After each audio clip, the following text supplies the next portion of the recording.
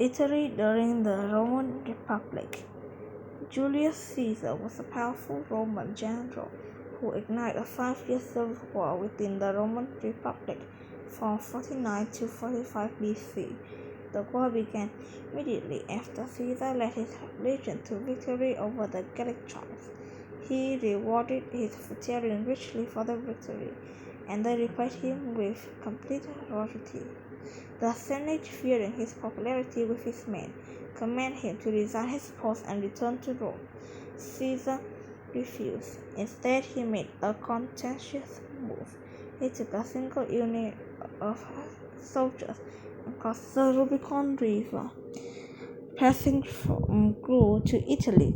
No Roman general was permitted to lead his army into the Roman territory because it was considered a declaration of war on Rome. After a long political military struggle, Caesar's forces prevailed, and the Senate surrendered. The defeated senators had no choice but to accept Caesar as the dictator in perpetuity of Rome. Caesar gambled on all the strength of his army and length of his leadership and won. Julius Caesar gazed from the balcony of his home overlooking the city of Rome, and mentally treasured to his road, appearing to weigh a decision in his mind. Then, turning on his heel, he summoned a servant to bring the wealth, and from Toga he rode to the event state. As his servant dressed him, his wife, Caprona, rushed in horror and collapsed against the pillar. Caesar stopped his servant with a gesture to stop her. What's this, wife? He asked her. As your hand ill new. I have dreamed of dire omens, Caesar, Caprina replied, shuddering. I saw you must not attend the Senate today. I saw the family of this house crashing down in ruins. As I wept, I looked down to see that I hold your body and stabbed and dying in my arms. Do not go forth today, Caesar, as you value your life and me. Caesar looked down at her, frowning. He knew that they held danger. It was not the first dreadful omen he had received.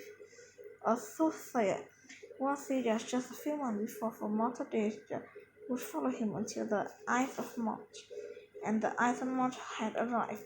Today the rage will be most severed. Perhaps you're right, he said to her.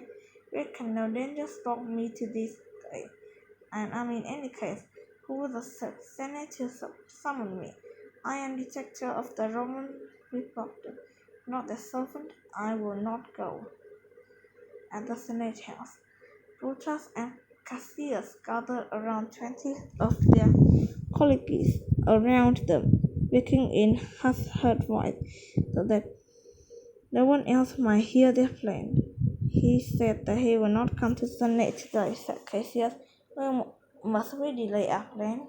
There's no time to postpone, said Brutus. Immediately, Caesar leaves for the next campaign within weeks. We have agreed to strike on the floor of the Senate, where he will be surrounded by men he trusts.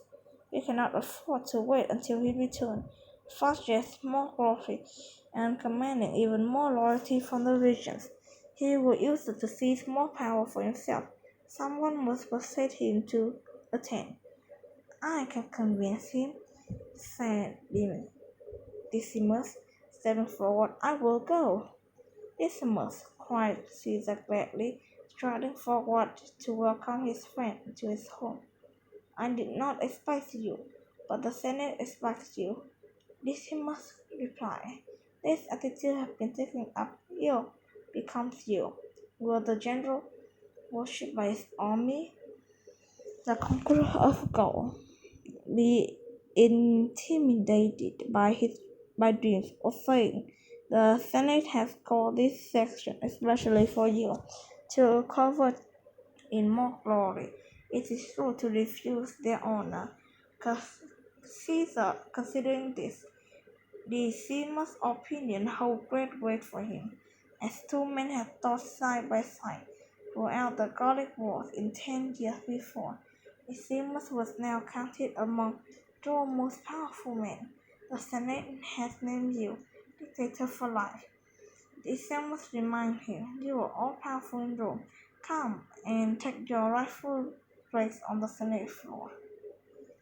They may not have been also respectful, but Caesar, remembering how he had become dictator for life and after long struggle with the Senate and crossing a Rubicon River, standing on the bank of the Rubicon that day. He had not known he was bound for glory or defeat at the hand of his countrymen. Caesar had prayed and offered a mighty sacrifice to God. Then finally he gathered his courage and acted. Let the die be cast, he had fought, and he had urged his horse across the river. Let the die be cast. Caesar whispered again. If there's danger, let us face it. He smiled at Decimus. Old friend, he said, your advice is sound. You served me well in this. I serve all Rome in this.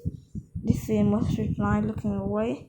Attended by Decimus and his guard, Caesar passed through the streets of Rome in procession, with the Roman people roaring in acclamation all around him.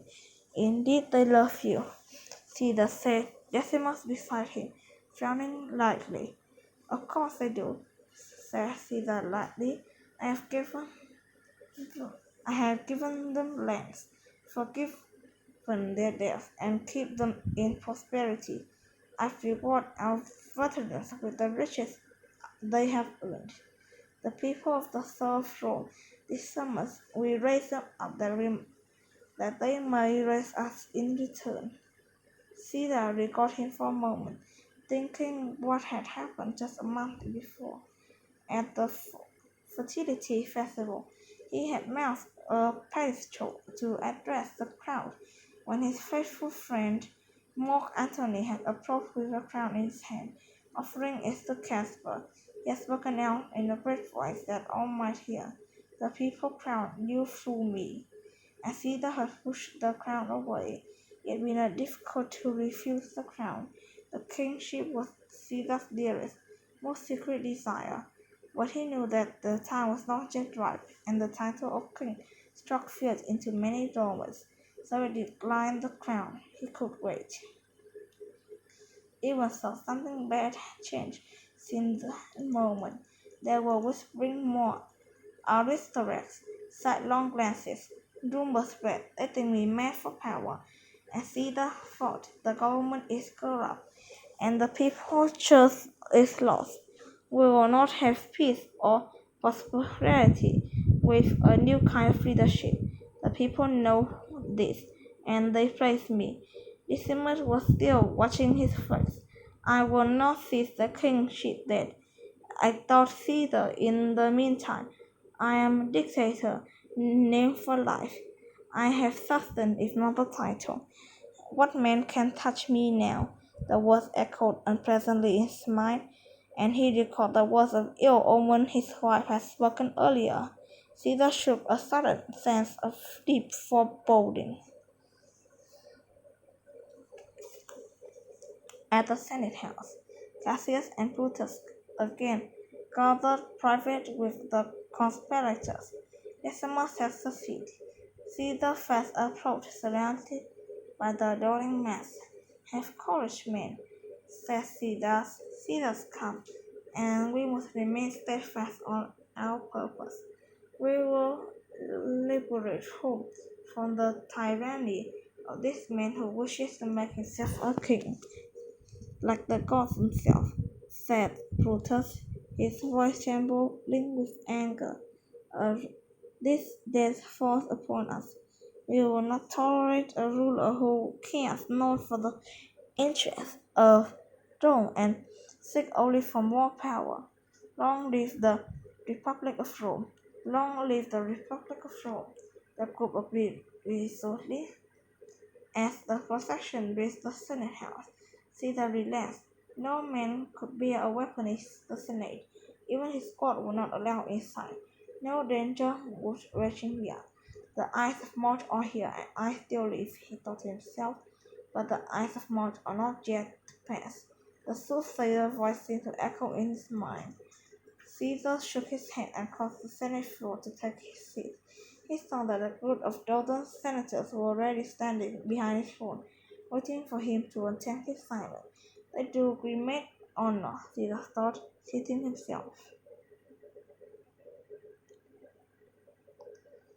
Immediately another group came forward from the ranks of senators on the floor, encircling Caesar's.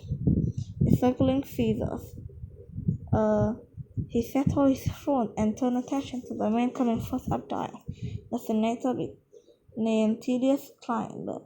Kimber grabbed his hand respectfully, and then suddenly he grabbed the digital toga and held it fast, pulling downward as Caesar tried to rise his chair. "Why this violence?" Caesar cried out, and then dagger everywhere, drawn from hiding place underneath the senator's togas. Senator threw off Clamor's hands and blocked the first blow, but he could not block the other.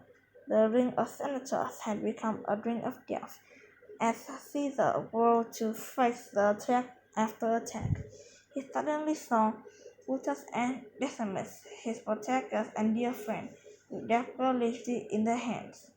A great wall of silence seemed to enclose him.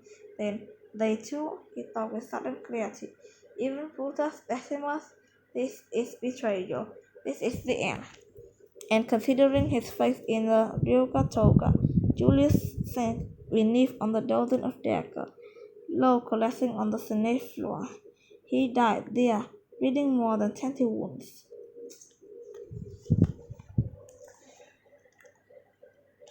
The conspirator drew back a little, breathing hard and awestruck by what they had just done. Caesar's friend Mark Antony, who had heard rumors brought against Caesar, burst through the door of the Senate House with a look of desperation, but he was too late. Upon seeing Caesar on the floor, his face set and became ashen with grief. He turned slowly and stumbled out in the quiet state of horror, back into the unsuspecting crowd, which awaited the return of his beloved leader. Though Plutus, Decimus, Cassius, and the rest of the conspirators believed they had freed Rome from the great tyrant, the liberation did not go according to the plan. The Gallic region, engaged as Caesar's mother, rose up revolt against the conspirators and their allies. The result was just another civil war between a pro-Caesar faction led by Mark Antony and an anti-Caesar faction led by conspirators. In the end, the conspirators were defeated, and Caesar's adopted son Octavian became the first emperor of Rome. In assassinating Caesar, the conspirators did not save the Roman Republic. Instead, they set a motion of chain of events until it spelled the death of the Republic and the birth of the Roman Empire.